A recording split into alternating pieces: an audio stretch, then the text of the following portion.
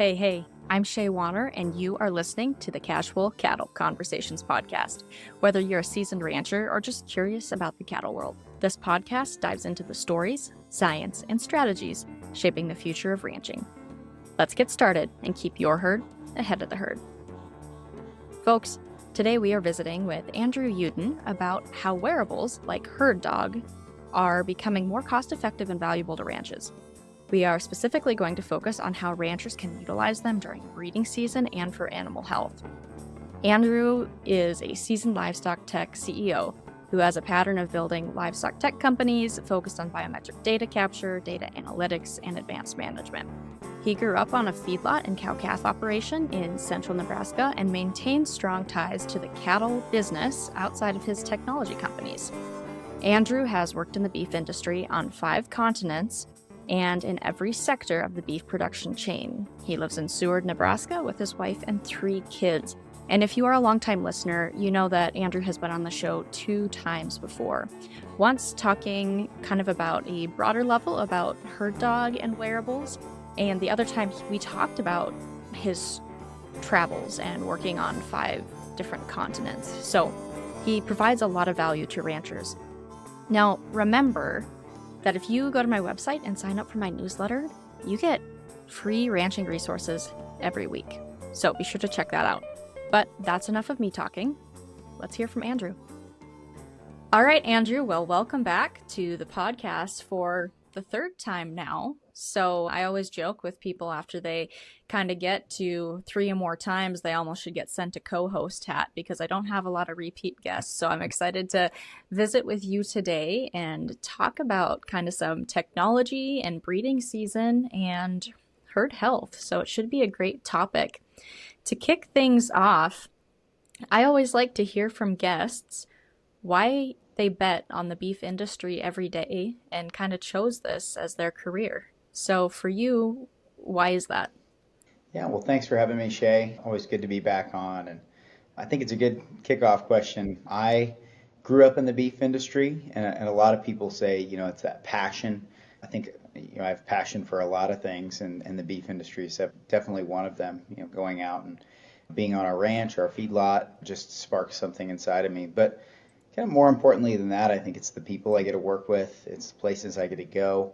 We got customers now kind of all over the U.S. and Canada, which is exciting because you get to see their family dynamic and how they run cattle and how it can be done in any environment, which is rare. A lot of times you have to massively change your practices or your genetics from one environment to another, and you see slight differences throughout the country in that, but really we're all kind of pulling in the same direction, and we're raising beef. It used to be very divided.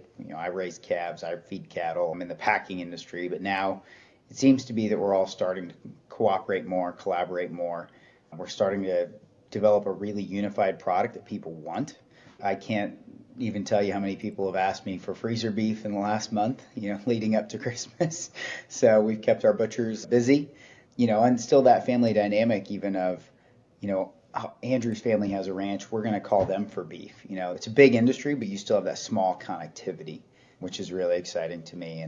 And I had a long list of mentors who every time I kind of went out of the beef industry and came back in, they helped me utilize those skills to better, our operations, but also help my friends with their operations and hopefully improve the industry as a whole. So it's one of those where I think the people make the difference. And I think as we get more young people involved, it gets more and more exciting.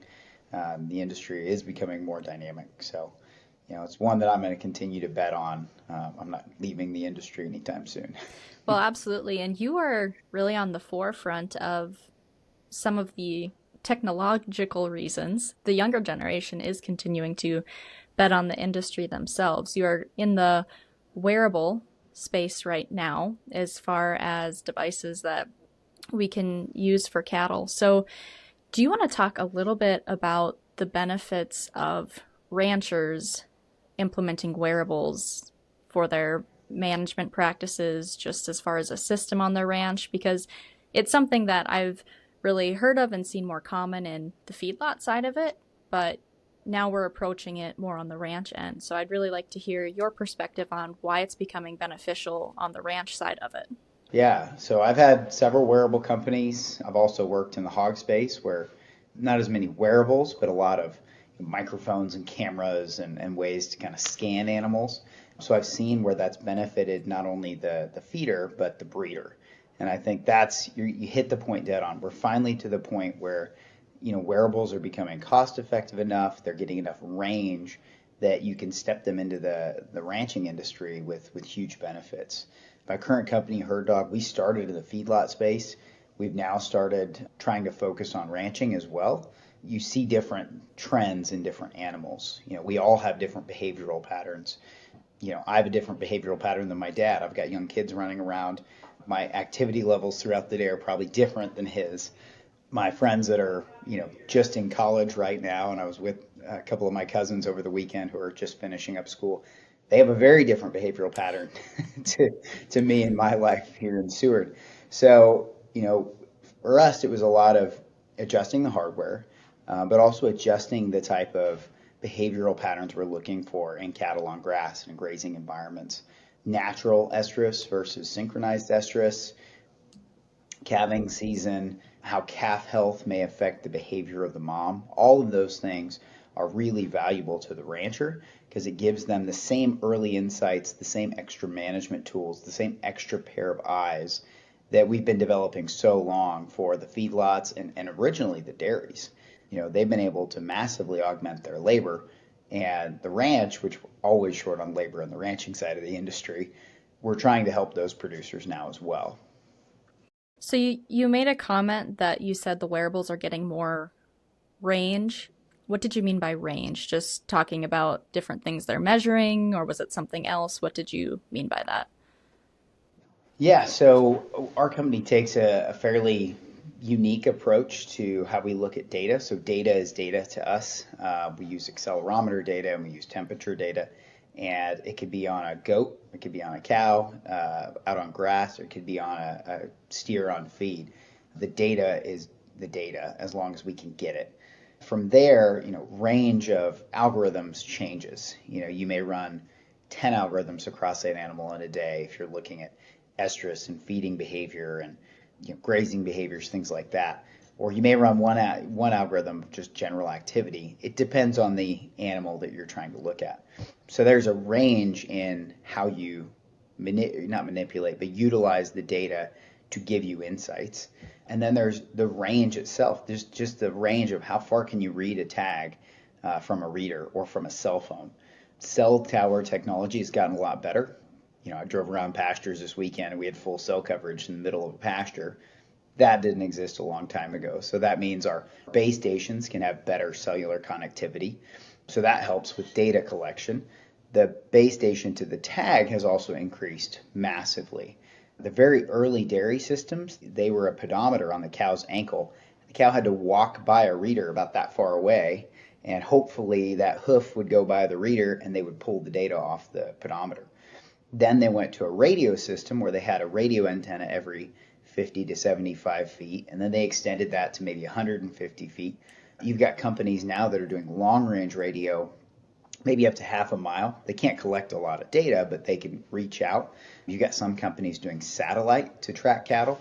Our company specializes in long range Bluetooth, so it's more of a commercial grade Bluetooth, which gets us out more to the 300 to 500 yard range, depending on a couple of things: line of sight and number of animals. If you try and pack thousands of animals in that space, your range is going to get a little smaller. But we've got ranches up in Montana, got ranches up in Nebraska, or kind of northwest Nebraska, where they're getting quite a bit of range extension. So that 500 meters and beyond. And we get much further than that just to check the animals in. But I'm talking true data collection. What is the animal doing? How can we utilize it for better insights? And then another tool we've added to our system is we have a light to turn on. So you can also manually go in and say, I want to turn the lights on. So you could be in your house calving cows, and if your calving pasture is, let's say, 200 yards down from your house, you say, I want to look at these 4 cows, and just turn their lights on, get your binoculars out. So it's kind of a cool way to utilize that system. So yeah, I would say range in 2 ways. Range of, how do we utilize the data and how we can see better insights into the cow, and then just range of how do we collect that data. That's always been an issue. And as we slowly get better technology, it all comes from, Apple and the big companies first, and then bleeds down to us poor ranchers. As we get better technology to us, it allows us to kind of jump some hurdles really quickly. Absolutely. Well, it's exciting to hear that that range is improving and the cost effectiveness is improving too for ranchers to utilize some of these technologies, whether it's, the wearables you're talking about with Herd Dog or virtual fencing ones, whatever it may be. It's really exciting time. So today, I really want to touch on kind of the breeding season aspect, as well as, you wanted to talk about animal health too when we were talking earlier. And I'm curious, what metrics are these wearables measuring that are beneficial for breeding season? I mean, you kind of talked about animal behavior. Is there the temperature aspect of that too? What are they measuring that's going into these algorithms? Yeah, so the main things we measure are total activity, which we measure it's measured consistently and then logged on the tag every 6 minutes, and then every 20 minutes it sends up to the base station in the cloud. So we get 480 data points a day out of that. We're also getting temperature. Temperature is giving us kind of ear temperature. We don't have a probe that goes down the ear. We're not trying to correlate it to core body temperature. We're trying to correlate it to the herd. So if that animal if the whole herd's ear temperature is 50 degrees and it's 10 degrees outside, and you have one cow that's at 72 degrees, you probably have an issue with that animal, right? So we're looking at those trends. The accelerometer data, because it's a little bit more precise, gives us an insight into how that animal is moving. If we see different trends, whether it's a sudden drop off, something like respiratory or gastrointestinal issue, or it's kind of a 3, 4, 5 day lag where that animal is either not adjusting to the new temperature well. You see these big swings when they go through storms and cold fronts or big snowstorms, or that animal is developing some kind of lameness, a bad foot or a bad shoulder. It typically is not an all at once thing, especially foot rot, right? There's a general downward slope. And so we can kind of look at the different things, notice these really finite details, and try and give you insight early on. But, it's pretty basic. It's just like any kind of smartwatch or Fitbit. It's how much are you moving, and what's your temperature at, and we do the one step further of we're comparing that animal to its herd. So we get a little bit more insight into how they're moving in relation to their herd, how their temperature is in relation to their herd, because animals are herding creatures. They don't like to be independent. They like to follow the rest of the herd, and they're generally going to follow that pattern as long as they're healthy and as long as they're not having something like an estrus event or a calving event, where that's a more individualized event, right?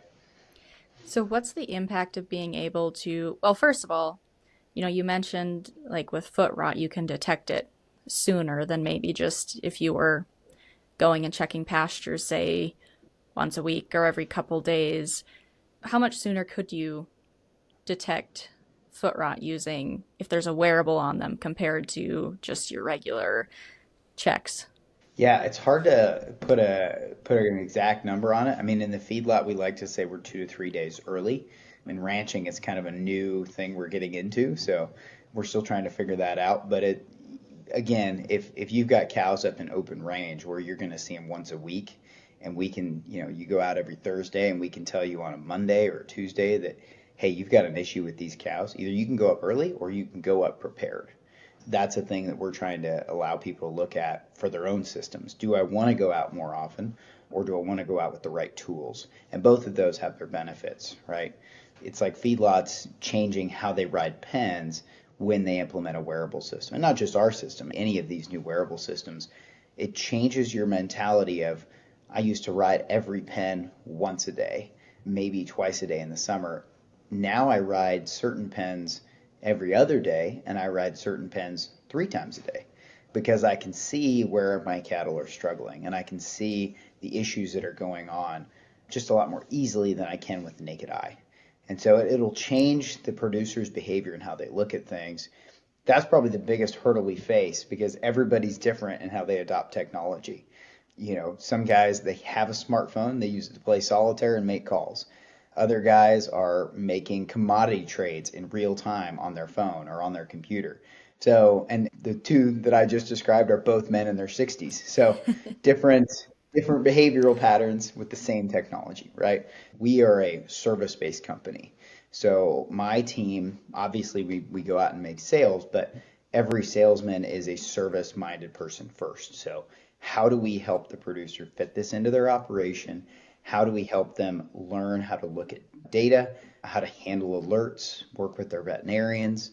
We can give portal access to their veterinarians or nutritionists, anybody they want to see that, and then kind of train, right? It's all about training so that they can figure out, okay, you can do all these things. Here's your toolbox. Which tools do I want to use and how do I want to use them? And I think just that ability to have more tools in our toolbox is what's going to allow us to adjust our operations accordingly. That's really valuable that you can share that data with, or that producers can share that data with the other people on their teams to help analyze and make decisions with what they have.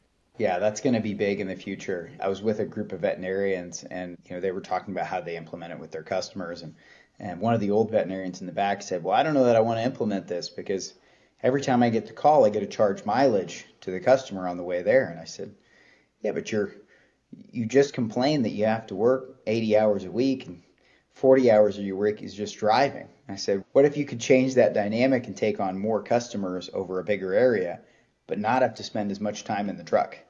And he hadn't thought about that. So he goes, "Well, that's a whole different way of thinking about it and a whole different way of serving his customers." It's a mindset shift for everybody. It was a mindset shift for us. It's a mindset shift for my sales team, my development team of we can't develop a silver bullet. That doesn't exist in the beef industry. It doesn't exist in any industry. We like to hope that it will happen, but you're developing solutions and systems is what you're actually developing. Okay, Andrew, so what do the ranchers see when they, pull up this data, get this data? What are they looking at to make decisions from a herd health standpoint and even with breeding season? Yeah, so the easy one would be I'm going to kind of pull up some data here. Typically on the app, all they see is, an alert list. They'll see how many animals they have, how many devices they have. It's got a little map of their operation. Similar to a lot of apps you would see for general ranch management. And if they have any alerts, there'll be a red bar for health alerts and a yellow bar for estrus alerts. So that's kind of the first home screen. If they then click into those animals, like here's some data of if they click into that animal, they can see the actual data itself coming through their system. This is one I pulled this morning. This is a heifer up in Montana, but you see she's got some downward trends as their weather has changed over right after Christmas. We do see her kind of come back into a normal pattern. So this is her pattern changes, and then you also see her down here under this total operation. You go over here again, you see her patterns changing, but you also see she's significantly below, on average, the operational pattern, which is this red line. That's her herd. So that's kind of what we look at for health detection data. We also look at when do you retreat, right? If we've gone to a lot of these new drugs, which are focused more on, one treatment and then a 6 or 7 day moratorium. And then if you have to, going back to retreat. A lot of times we'll retreat too early or we'll never retreat and that animal will kind of just kind of put along at a lower performance. And so, all these red lines are our algorithm flagging. The only one the producer would have seen was over here, the very first one. And then as that animal kind of hangs out here significantly under this herd average up here, which is that animal kind of going in and getting K'd every day, we continue to see that animal as he slowly starts to recover. We've got a late flag here just to look at. But this is, 4 days rather than 6 days. By day 6, he's back in line with the group. He's maybe a little bit under the group, but he's following the group pattern, right?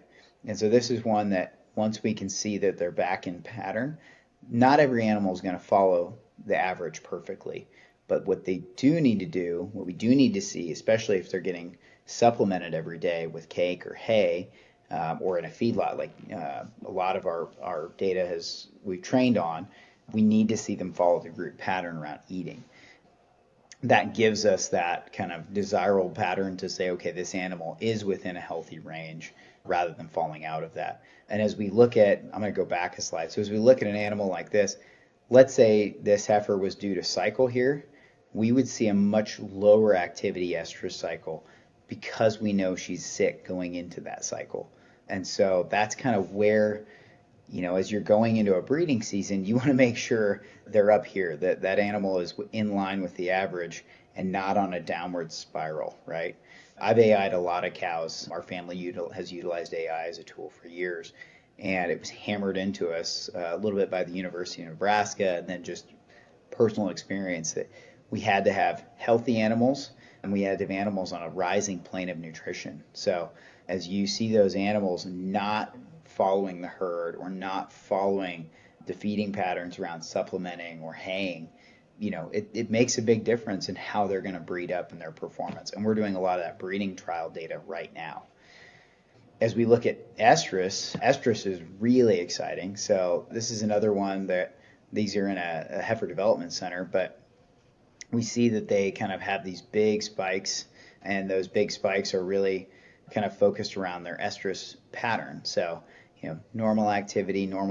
In fact, this one's really healthy. She's right in line all the way through. She's it's like laying a board on her activity pattern. And then you see these huge spikes. So this is one she actually cycled yesterday. This is one, again, she cycled on the 11th. So good, 19 to 20 day pattern. We see variance from heifer to heifer. We've got some we've seen as quick as 18 days, some that are 23, 24 days, so well within the normal patterns of animals out on grass or in a yard like this. And so that's pretty neat to see, and we can see that accuracy over time. Looking out a little further, we also get to see things like missed cycles. So, you catch different cycles and suddenly you miss a cycle. And now we can go in and when I pulled this report, this was last year, when I pulled this report, this cow was 46 days bred. When we actually pregged her, we were accurate to this day, to her last cycle and when she was bred. And so that's what gets really exciting for ranchers. This was actually a dairy heifer, but on ranches, as we look at some of that, and I'm going to stop sharing, go back to just conversation, but as we look at those cycle patterns and missing those heats and then being able to say, at least preliminarily, she's bred, I don't preg check until October on our ranch. That's kind of been my dad's standard forever, is when we wean, we preg check. We have no idea up to that date what our breeding rate is, right? It's every year it's this huge surprise, and we're usually within a ballpark range. But if you have a bad year or it gets dry right in the middle of breeding season and you're low on nutrients, your cows could look great and not breed well. And so, to have an idea of, do I need to leave my bulls out for an extra cycle? Can I pull bulls early? What's it going to be coming into the fall? Should I wean early and try and get some of these cows to market rather than continuing to put more expenses into them? It just gives you another management tool, right? We're watching a set of cows on stocks right now. We know cows on stocks tend to have a slightly higher abortion rate. That's been studied by a lot of universities. It just comes back to some nitrate issues in stocks in different seasons. But, even a 1% abortion rate on a large number of cows, you can see that. So we're looking at, we keep that estrus algorithm on, and usually it's pretty quiet, right? They're all bred, they're all old cows, they're healthy. But what we're looking for is, if one of them cycles, can we see that abortion so we can get that cow out of the herd rather than running her back all the way through the winter calving season and getting to March and saying, why hasn't she had a calf? And you arm her and she's open, and you've just put 3 or 4 more months of feed into her when you could have called her back in December if you knew she had aborted, right? So again, we're not telling people how to run their cows. We just collect the data and we give you insights into that data. You say, well, they're cycling today. If they cycled this morning, if you want to go AI, you need to go AI tonight. If you're doing embryos, they cycled within this window, and in our software you can go set your embryo group for 7 days later, so you can accurately put in those embryos on that set when they cycled. So we're getting a lot of embryo companies coming to us and saying, hey, can we look at this? Can we see how this works with our embryos? that's kind of exciting to the seed stock producers who are doing a lot of ET work, and especially doing ET work that they don't do themselves. They're doing it through a consultant or a veterinarian or an ET company, where you've got to time things right and you've got to make sure people are in the right place at the right time. If we can give them those accurate timing windows, it just makes their success rates go up significantly. So, we've seen wearables in the dairy industry bump your conception rate 10 to 15%. That's kind of our goal, first step goal for herd dog, is to be able to bump at least AI and ET conception rates by 10%. But overall, it's those additional tools, even to cattle on grass with bulls being bred, right? Knowing how long to leave the bulls out, knowing what your general preg rate's going to be, knowing if there's animals you need to cull early because they're not pregnant, just gives you better insight into your herd. Allows you to manage those cows more real time than the few times a year you work them, right? Yeah, there would definitely be a lot of a peace of mind being able to at least see if, you know, a cow is still cycling or if she did miss a cycle and then aborted for whatever reason, because we PG later too. And we pulled bulls a little sooner this year than we normally do for on the spring cows because we wanted to tighten up our calving window, and it was fine. And then all of a sudden it looked like there was all this riding. And I mean, we were sweating bullets. We're like, oh man, this is going to be a wreck. And it ended up being fine. It was not bad, but we didn't know. And just how it works out with everything else we have going on, PGing a little later, we're a little nervous. So that would be really interesting to be able to have that data. And like you said, do whatever you want, whether you sell them early or at least put a plan in place to keep the bulls out longer or market them differently. You can do whatever you want with the data, but at least you have it. Yeah, we've had a couple of producers say, well, I'm just going to wait until they're all bred. If I know generally what my preg rate is on the first cycle, second cycle, so I have the ones I want to keep, but I've got this, maybe 10% over here, the late cyclers that I want to leave the bulls out, get those bred, sell them as breds in the fall. If I can't get them bred, I want to get them out as early as possible to try and preserve some grass for the rest of my cows. And, if you're running 100 cows and you have 5% open, if you can get those opens off, that might be an extra few days for the rest of your cows. Over time, that makes up a huge difference, right? It's like weaning calves early. If you wean calves 2 weeks early, you might leave the cows out an extra month. What's happening with my herd right now, and how can I use that data and that information to manage my herd now and over the next 6 months, right? Yeah. So kind of staying on the breeding topic, on the AI side, you mentioned that it can show, hey, she's in heat now, so now you know when you have to go AI. What's the advantage of doing that for each individual animal that's coming into heat compared to just syncing everything and kind of getting it done with at one time? Yeah, so I've run a lot of heat protocols. I've run about every sync protocol you can imagine. Because we AI so many, we got drug into a lot of University of Nebraska studies when they were testing all these protocols. So I got to experience all the different sides. The best one I've ever seen was a sync with a pull protocol, with an observation and time pull. So it's a 3-day sync, and we pulled morning and afternoon for those 3 days. Best conception rate we've ever seen. But we had to have the labor there for 3 days because you had to be watching these animals all the time and pulling them into the right groups. It's expensive. If you had, one guy wanting to AI and wanting to get really good results, it is better to just observe them and pull them over time. You get much stronger heats is what we've noticed, and your conception rates are higher. Sync protocols, you're naturally going to have a lot of non-responders. Cows don't respond to hormones the same way. They don't respond to a lot of hormone shots equally. To this day, we'll still try and pull out the non-responders. We may breed them at the end. We may not breed them at the end. It depends kind of what our mood is that year and how early we're turning the cleanup bulls out. But, you'll see heifers that come in the first day, and you'll see heifers that come in 2 days in. And so if you're going to say, okay, I'm breeding, 70 hours in on X protocol, you're in the bell curve, right? You're going to have some you've already missed, and you're going to have some that you're missing because you're too early. And so there's a reason dairies, they use sinks on embryos, and a lot of them don't sink on the rest of their cows. It's because they want that extra conception, and they have the ability to go paint tails or chalk cows and know that just walking through the dairy. We're trying to give the rancher the same tool of, if you've got your 100 heifers in a pen and you've got a herd dog ear tag in their ear, you just turn on, you have your heat alerts in the morning, you have your heat alerts at night, you turn on this set of lights, you sort them out, you turn on the next set of lights, you sort them out. If you're doing it over a month, you're going to have a handful come in every day. It's something you can do as part of your chores to get them all bred, and you're going to have a much higher conception rate. Wow. So you don't have to spend the extra money on the drugs. You don't have to spend the extra money on the labor. You can spread it out, but still get it in a tight enough window, right? So there's advantages to both.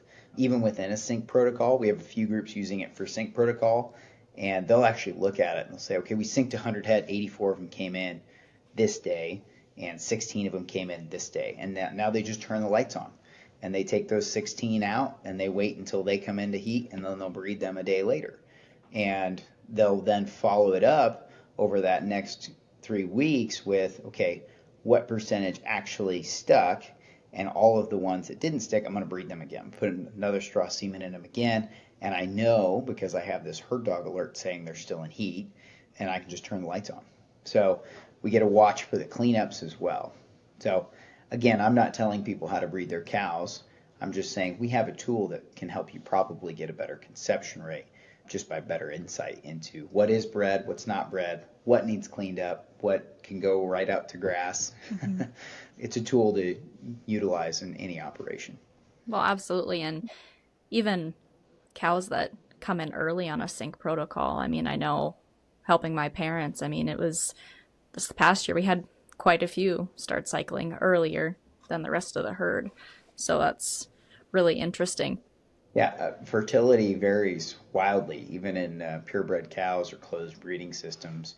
I remember being a part of a UNL study where we did a 7-day cedar sync protocol in first calf heifers. So this would have been their second breeding. And first calvers respond very different to virgin heifers to that hormone injection and that cedar. And the grad students that were running this were shocked that we had so many coming into heat so early. And I said, they've already had a calf.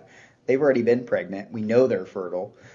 We got to start breeding. And they're like, but we're not supposed to breed for another 36 hours. I was like, we're breeding now. These are our cows. So probably screwed up their protocol, but yeah, if they're in heat, they're in heat. Exactly. And it would have been nice to have, we were sitting there all day watching them, right? It was part of a trial. It would have been nice to be able to go and get fence ready in the pasture and things like that, and just have my phone tell me, okay, these 40 are in heat. That's what we're breeding tonight, right? Mm-hmm. So Andrew, where do you see kind of the future of wearables going for ranchers in the next 5 to 10 years or less? Yeah, so I think wearables in general, not just my company's wearables. Obviously, I hope people are using my company's wearables, but I think wearables in general are going to be part of a larger ecosystem of technology. They're going to be paired with water monitoring technologies, fence monitoring technologies, virtual fencing, new and different classes of antibiotics and hormones that are all coming to market in the next few years as better tools to help the rancher, but also tools that are separating kind of human drugs from animal drugs. There's a lot of new things that are going to be coming to market, but it's all part of an ecosystem. We know traceability is coming. A lot of wearables will qualify for traceability under new USDA guidelines so that you won't have to have 2 or 3 tags. You may be able to have one tag that does it all. Yeah, it's going to grow. We are seeing more young people come into the industry. You and I are a prime example of that. But you're also seeing a lot of old people retire. And so the younger people coming in are, we're the generation who grew up with cell phones. We grew up using computers in class. We know the value of kind of using technology to our advantage rather than seeing it as a burden. And so I think it's just going to grow. We're going to have more tools in our toolbox.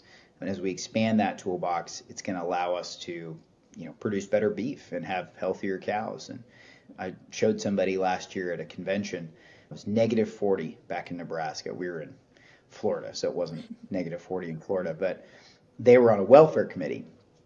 And they said, well, you got wearables. What's a good argument for animal welfare? Because that's a big issue to our consumers. And I pulled up cows I had at home in Nebraska that were using our tags. And it was negative 40 out. They were on cover crop. So it wasn't snowing, but it was negative 40, wind blowing, no shelter. And I said, these are Angus cows. Their ears, the ends of their ears were 42 degrees on average. I said, they're not that cold. They're pretty healthy. I said, they're not struggling. You know, I can probably get one of my hired men to go video them, but it's one of those things where they say, oh, they're freezing to death. The consumer would say they're freezing to death. They're cold, but they really don't notice it. You know, if their ear is 42 degrees, their core body temperature is fine, right? So there's going to be welfare issues as well that come up, and having the data from all these tools is going to kind of give us a way to defend ourselves and our way of life and our way of production. All right. Well, Andrew, my final question for you is, what questions do ranchers need to ask themselves to determine if a wearable is the solution for their operation or can be worked into their system?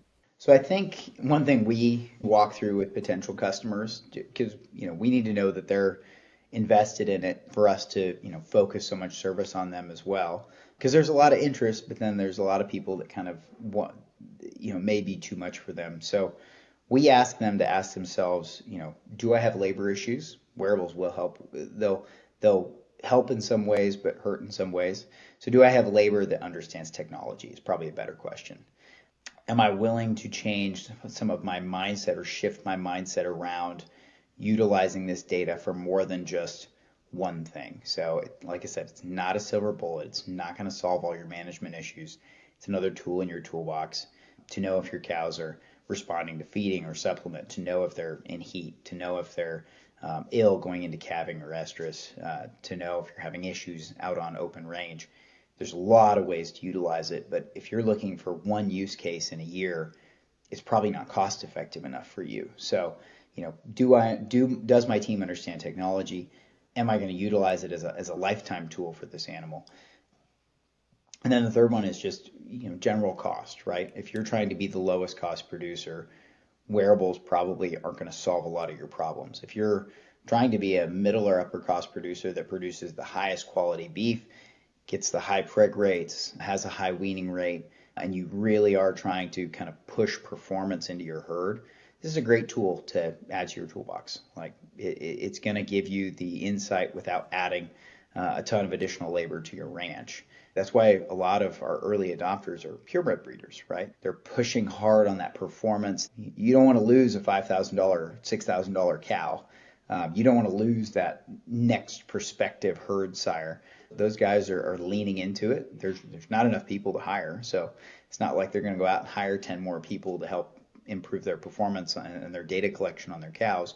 So we augment that. We become their data collection system. We become their extra pair of eyes that allows them to manage those animals better. So yeah, those are kind of the three big questions that I tell people to ask themselves before they put in an order and say it didn't work. Mm-hmm. Yeah. At the end of the day, it's my team's issue or my team's problem to solve, right? If you are a customer, we're a service-based team. We're going to sit down with your management team. We'll bring in your vets if you want them to be part of the discussion and say, here's everything we do. How do we help you utilize it better? That's kind of the core focus of Herd Dog. Well, absolutely. And what great questions for people to consider anytime they are implementing technology or making a change on their operation. Andrew, thank you for joining me for this conversation today. It's always fun to have you on the show. And for anyone interested in learning more about Herd Dog, I will have a link in the show notes for that. And if you are listening to the audio but wanted to view Andrew's slides, be sure to check out the YouTube video and then you can view it there as well. But with that, happy ranching, folks.